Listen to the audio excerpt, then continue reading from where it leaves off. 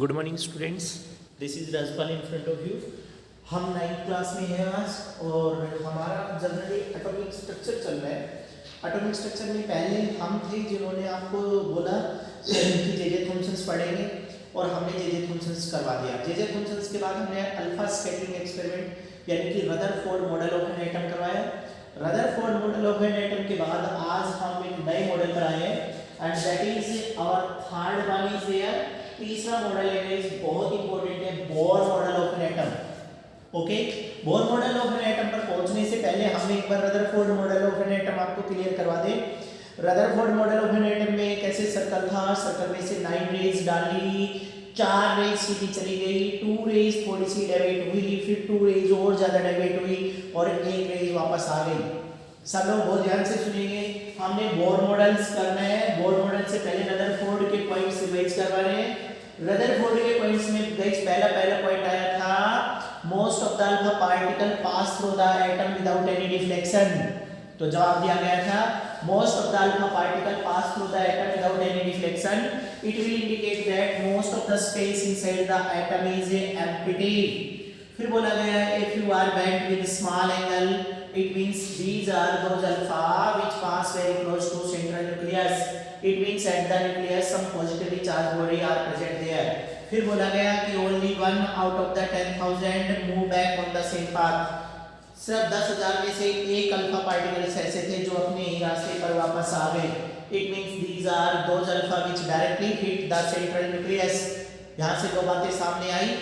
पहला तो ये कि alpha particle direct hit and second हमारे पास निकल करके आया, सेकंड टाइटल यहाँ पर वो निकल करके आया size of the nucleus is very very small. और फिर उसके बाद हम आज नए मॉडल पर आए और गाइस आज हमारे पास है Bohr model of an atom. Bore model of an atom पूरे का पूरा थ्योरेटिकल कांसेप्ट्स के ऊपर बेस्ड है। इन्होंने जो जो पॉइंट कहे वो पॉइंट देखिएगा और गाइस उसके बाद हम रोज ये पॉइंट रिवाइज किया करेंगे। पहला है each and every atom is spherical. J Thomson ने जो कहा ऐसा ही आज यहाँ कह दिया गया। Each and every atom is spherical, her atom spherical होता है। Second, atom have a central positively charged nucleus and electrons start to revolve around the nucleus. Her atom spherical, her atom के सेंटर के अंदर एक positively charge body होती है जिसको nucleus कहते हैं और इलेक्ट्रॉन्स उसके चारों तरफ चक्कर लगाते हैं। तीसरा बताया गया electron revolves in a definite circular path which is called as orbit. बहुत इंपॉर्टेंट है, what you mean by orbit? Orbit are those circular path over which the electrons start to move. ऐसे रास्ते ऑर्बिट है। फिर आया each orbit have a definite energy and they are termed as 1 2 3 4 और k l m n। It means अगर ये atom spherical है तो इसमें पहले सेल का नाम k देंगे, फिर l, फिर m और फिर अगर कोई सेल आएगी तो n। It means atom is spherical, each and every atom have 2 or more than 2 circular path which are named as orbit. Orbit are numbered as 1 2 3 4 और they are termed as k l m n। उसके बाद fifth point बहुत important है guys, number of electrons present in an orbit is by a given rule। कह रहे किसी भी orbit के अंदर आखिर कितने इलेक्ट्रॉन आएंगे इस बात का डिसीजन कौन लेगा? तो उन्होंने बता दिया कि किसी भी ऑर्बिट के अंदर जो इलेक्ट्रॉन आएंगे उनको हम 2n², जो फिफ्थ पॉइंट में ऊपर राइट में लिखा गया है, electrons are filled with the help of this formula 2n²। 2n² के रूल से इलेक्ट्रॉन्स फील्ड होंगे। तो हमने कह दिया कि 2n² से होंगे। तो कह रहे कि ये जो 2n² है हमारे पास, इस 2n² से इलेक्ट्रॉन्स यहाँ पर फील होंगे। और अब कह रहे हैं ये जो 2n² से इलेक्ट्रॉन्स यहाँ पर फील होंगे इनका नंबर आएगा 2 8 18 32। ये चलो थ्योरेटिकल बातें हैं, कह रहे प्रूव करो। हमने देखा n की वैल्यू को 1 रखो तो 2n में क्या आएगा 2 * 1 का स्क्वायर इज इक्वल टू 2।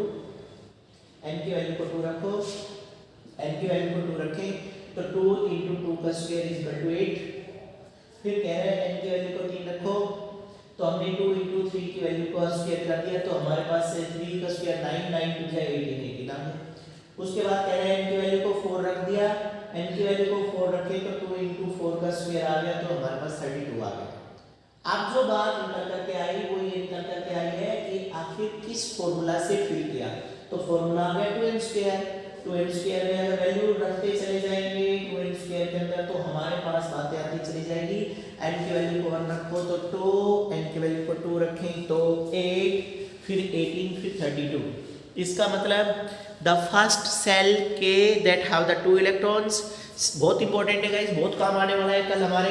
पहली सेल जो के होगी that are always bear the 2 electrons, second shell जो है होगी that bear the 8 electrons, third जो होगी हमारे पास that bear the 18 electrons and fourth one is the 32 electrons. एक बार दोबारा से देखिएगा, इससे पहले इस तरह का जो स्ट्रक्चर आता है वो रदरफोर्ड का होता है। इस तरह का जो मॉडल होता है वो मॉडल हमारे पास बोर का होता है। और इस बोर मॉडल में जो चीजें हमें यहाँ दिखती है उन्हीं चीजों का बताना है। सिंपल पॉइंट, बोर ने बोला हर एटम के सेंटर में न्यूक्लियस होगा। बोर ने बोला कि इलेक्ट्रॉन्स रिवॉल्व करेंगे। बोर ने बोला कि each and every electrons have a definite energy, मतलब हर इलेक्ट्रॉन्स की एनर्जी फिक्स है। जिसके पास एनर्जी कम होगी वो न्यूक्लियस के नजदीक रहेगा, जिनके पास एनर्जी ज्यादा रहेगी वो न्यूक्लियस से ऊपर आएंगे। जिनके पास एनर्जी कम है जो न्यूक्लियस के नजदीक है दे आर टर्म्ड एज 1 2 3 4 और K L M N। जो न्यूक्लियस से दूर हो गए हैं उनकी एनर्जी ज्यादा हो गई और जिनकी एनर्जी ज्यादा हो गई they are termed as letter N M L K। तो guys that is the order of energy. अब बात आती है कि कौन सी सेल में कितने इलेक्ट्रॉन्स आएंगे। तो हमारे को सिखाया गया the cell that is able to bear the electrons followed by the given formula 2n square. The number of n will decide how many electrons will be carried by the subcell. अगर n की value को 1 ले लें then first subcell have only 2 electrons. अगर n की value को 2 ले लें it means second cell have the 8 electrons. अगर n की वैल्यू को 3 ले लिया जाए it means third cell have the 18 electrons और n की वैल्यू को 4 ले लिया जाए it means the fourth cell have the 32 electrons। तो गाइस ये याद रखेंगे आप 2 8 8 18 18 32 32 कहाँ से आया। आई होप आपको समझ आ गया होगा बोर मॉडल। Thank you.